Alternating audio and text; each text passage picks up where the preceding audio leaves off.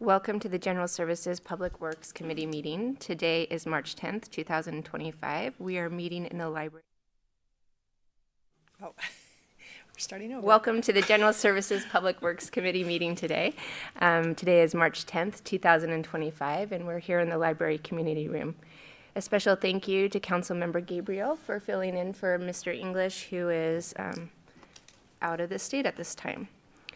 We have 4 items on the agenda today. With us first is Chief Lee White from the Police Department with an approval of a third-party agreement with Motorola for DEA API access to ALPR data. That's a bunch of alphabet soup. That's a lot of acronyms. Just to better explain what all that means, the Coeur d'Alene Police Department has been using automated license plate reader technology now for over a decade. This information is used by our agency to solve a variety of crimes, including homicide. Does that include free speech? One of the most recent Does that cases. include free speech? Does that include free speech, Chief? I'll continue. Yeah? This agreement that we have currently doesn't allow our agency to share any data with any non-law enforcement entities. So, in other words, this data can't be accessed or utilized by people who are outside of law enforcement. They don't have a legitimate law enforcement purpose. They can't have access to that data. The only change to this current agreement is that the DEA has requested to access that data for their purposes in conjunction with EPIC, which is the El Paso Intelligence Center. Stifle free speech? Please continue. As we've talked about recently with this council, excuse me, any change to this agreement would be brought before this body for you guys to weigh in. And so since DEA has requested this access, we thought we'd bring it to you and see if you approve. Thank you. Great. Council members, any question for Chief White? Yeah, Madam Chair, I've had plenty of time to review this, and we've had conversations about this in the past. Chief and I in particular, and Councilman Gookin have met with individuals in the community that were concerned about our camera systems. So we've listened to those concerns. We've had really good dialogue about it, and, you know, it really just comes down to of your knowledge of the system, your comfort with the system, and your point of view.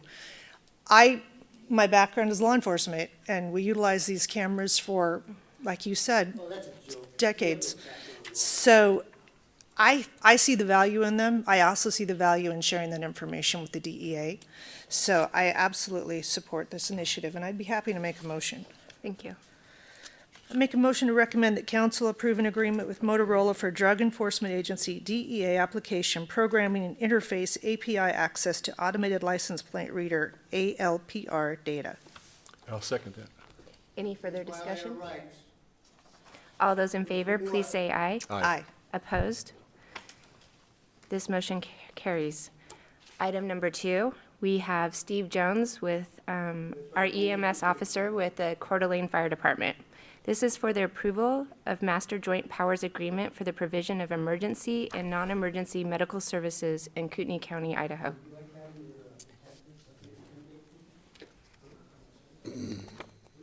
Hey, Lee, I think you dropped part of your, you dropped something.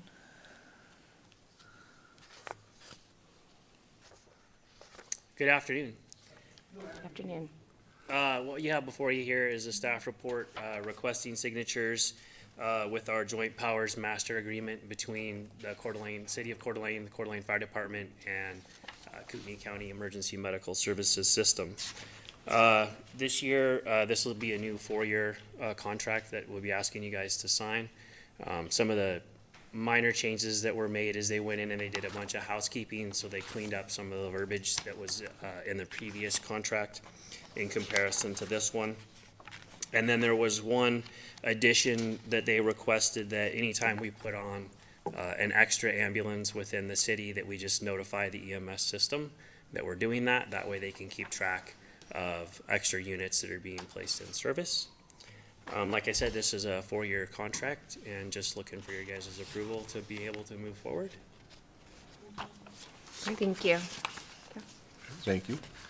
So there's really no changes. This is boilerplate that we're all very familiar with from the beginning, pretty much. Correct. I have a question for you or Chief Greif, if I could. The third ambulance has been put on, and I know it's not fully funded yet. And I'd heard there was some discussion about putting some funds away for funding an ambulance out of Kootenai Fire because of the new emergency room out there by state line. Is there any more movement on that to getting our ambulance more funded or more close to being 100% funded? Clay.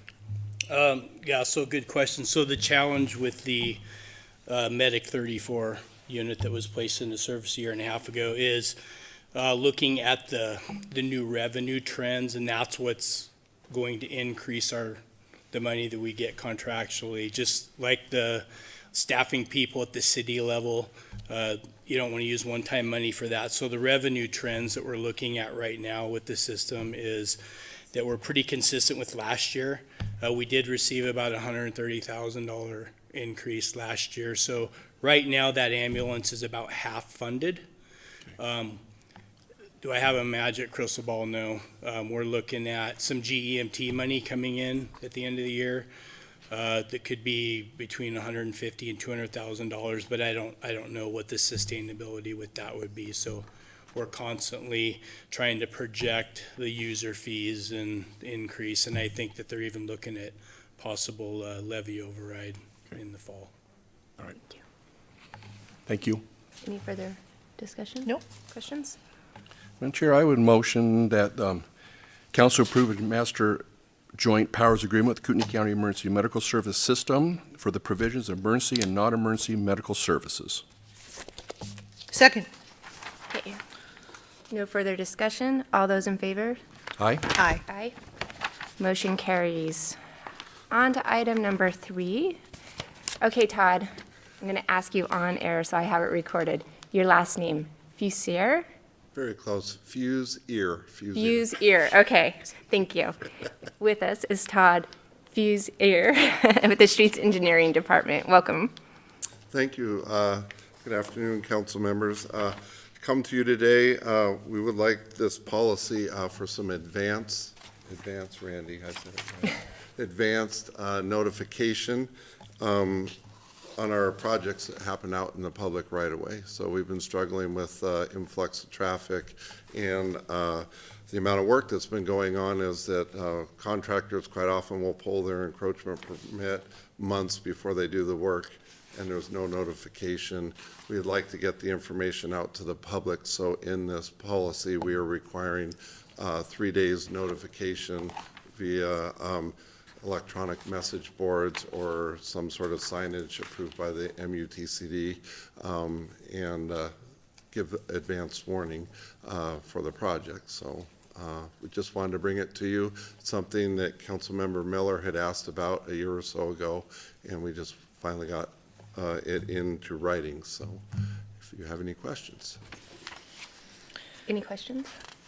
I don't, I think it's a great thing that you followed through on, so thank you.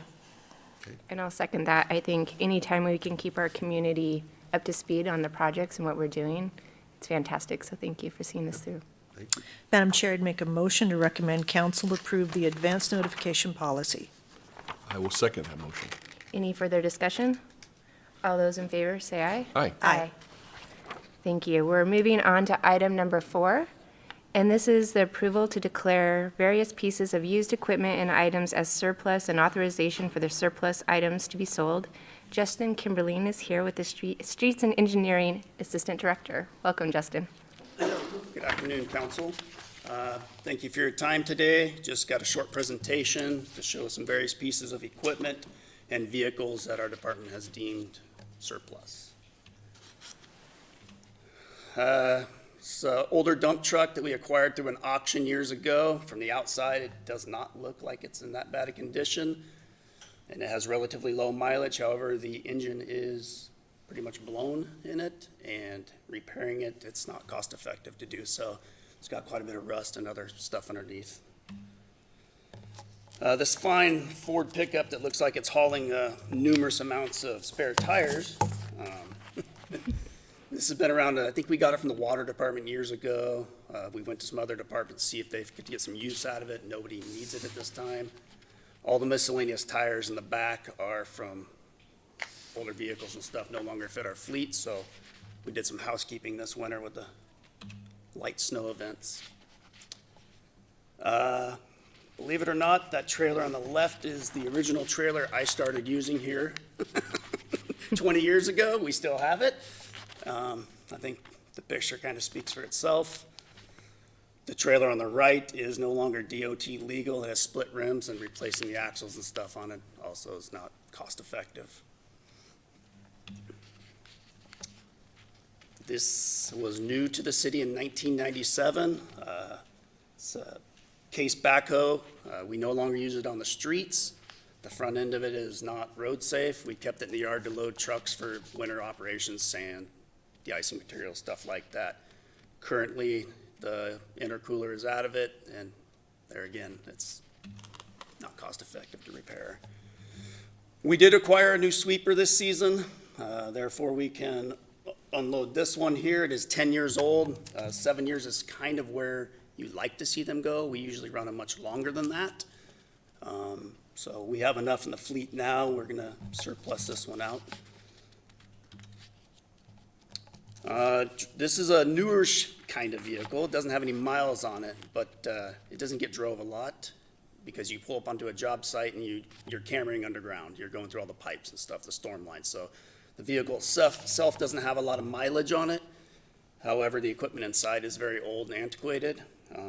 Our friends at Wastewater did upgrade theirs and were gracious enough to give us theirs to use or have now. We will hopefully surplus this one and put the proceeds towards that, their new one, so. That'll stand for any questions. Madam Chair, just, we know how hard you guys use your rigs. We also know how hard you try to maintain them. So when they're done, aren't they? They're done. And so thank you for keeping the, the fleet going for as long as you do. I know it's a big deal. Thank you. Yes, thank you. Quick question, what are you going to do with all that space?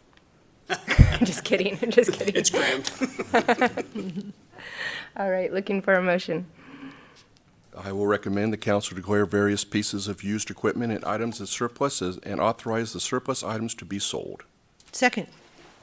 Any further discussion? All those in favor, say Aye. aye. Aye. Aye. Opposed? Motion carries. Thank you, Justin. Motion to adjourn. Second. All in favor? Aye. Aye. Motion carries. Thank you. Okay, do we want to talk just a minute about